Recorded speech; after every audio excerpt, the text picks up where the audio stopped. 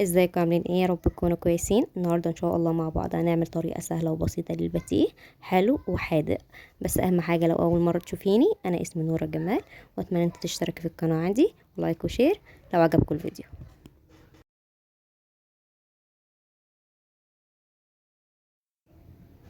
اول حاجه كده بقى معايا معلقه كبيره من الخميره الفوريه، عليها معلقه كبيره من السكر،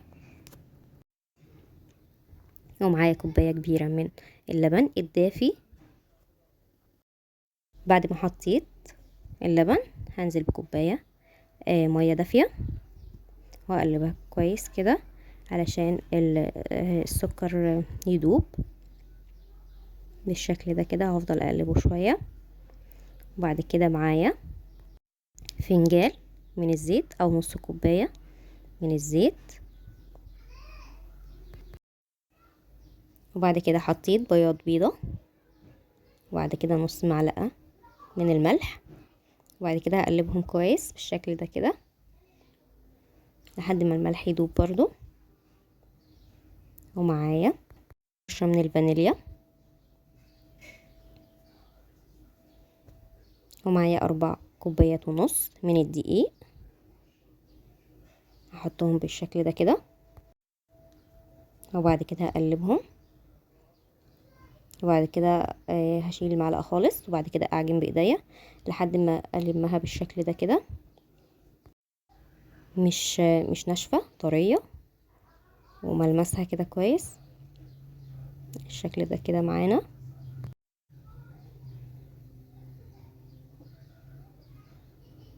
بعد كده هغطيها بستريتش واسيبها تخمر لمدة ساعة.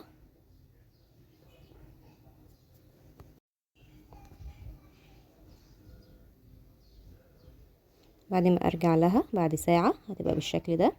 هلمها بقى واحطها كده على الرخامة بتاعتي، واجيب السكينة واقطعها قطع على قد العجينة اللي انا عايزاها. هقطعها قطع صغيرة كده بالشكل ده. لو هي احتاجت معاكم دقيق زيادة ابقى احط لها عادي، على حسب ما تلم معاكي، عشان في دقيق بيفرق عن دقيق. بعد كده هاخدها واكورها بالشكل ده كده.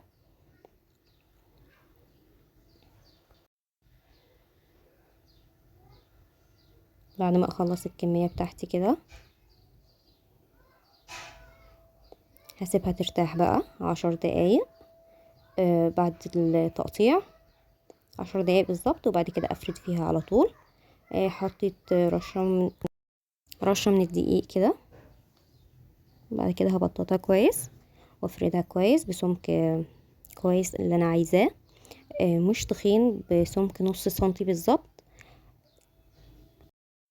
بس اهم حاجة في العجينة بتاعتك انها تطلع مظبوطة. المكونات لازم تكون مظبوطة، والدقيق لازم يكون كويس، وكل حاجة تكون كويسة معاكي. حطيت بعد ما فردتها كده حطيت نص معلقة من الزيت.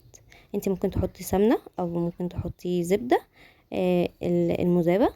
وبعد كده حطيت الجبنة بتاعتي، وبعد كده قطعتها من الجنب كده قطعة بسيطة عشان اعرف الفها بالشكل ده كده. طب انتي بتلفيها ليه؟ انا بلفها علشان تطلع مورقة كده في بعضها وتطلع خفيفة، ما تطلعش حاجة ماسكة يعني في بعضها كده. هفضل الفها رول كده بالشكل ده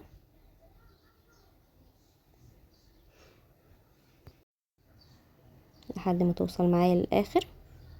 هقفلها كويس واتاكد انها مقفولة كويس.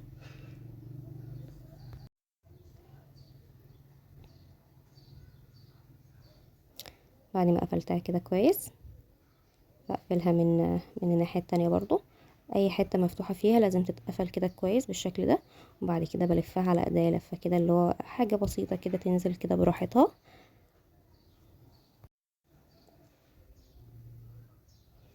اي حاجة بتبقى مفتوحة بتأكد انها لازم تتقفل، وبعد كده بتك عليها شوية. بعد كده بتبقى بالشكل ده كده.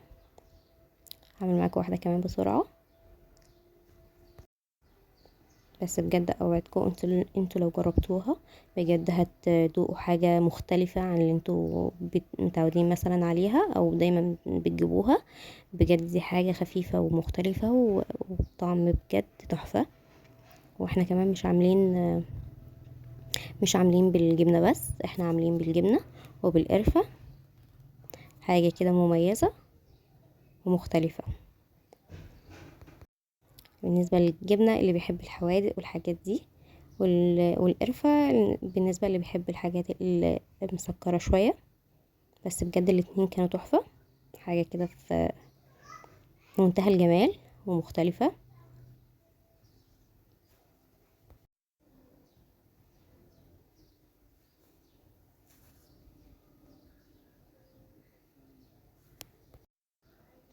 هفرد واحدة تانية بقى عشان القرفة. بعد ما حطيت زيت برضو حطيت القرفة كده، رشة قرفة كده كويسة، وعليها معلقة من السكر.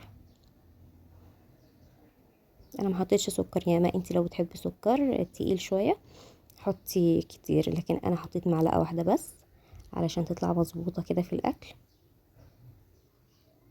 مش مسكرة قوي مش عادبة قوي، مظبوطة. او بلفها برضو رول زي بتاعة الجبنة كده. اللفة دي بسيطة جدا وسهلة قوي، وبتخلي العجينة بتاعتك مورقة كده بعد ما بتسويها في الفرن. بعد كده هلمها بالشكل ده كده، نفس اللي عملته في الاولانية هعمله هي كمان. هلفها اللفة العادية دي خالص. بعد كده بعد ما قطعتهم كلهم وخلصتهم كلهم كده، حطيتهم في الصينية بتاعتي او في الصاج بتاعي. والصفار البيض عملته بقى، دهنت وشه بيه. حطيته على درجة حرارة هادية خالص علشان تبقى مظبوطة كده في الفرن. نص ساعة. ده شكل الجبنة بقى بعد ما طلع كده من الفرن يا جماعة. دي شكل القرفة. عايزة اقول لكم بجد ان انتوا لو جربتوها دوق حاجة مختلفة في منتهى الجمال بجد، حاجة كده جميلة جدا. يا ريت بقى ما تنسانيش في اللايك والاشتراك. لو عجبك الفيديو يا ريت تشيريه مع كل اصدقائك.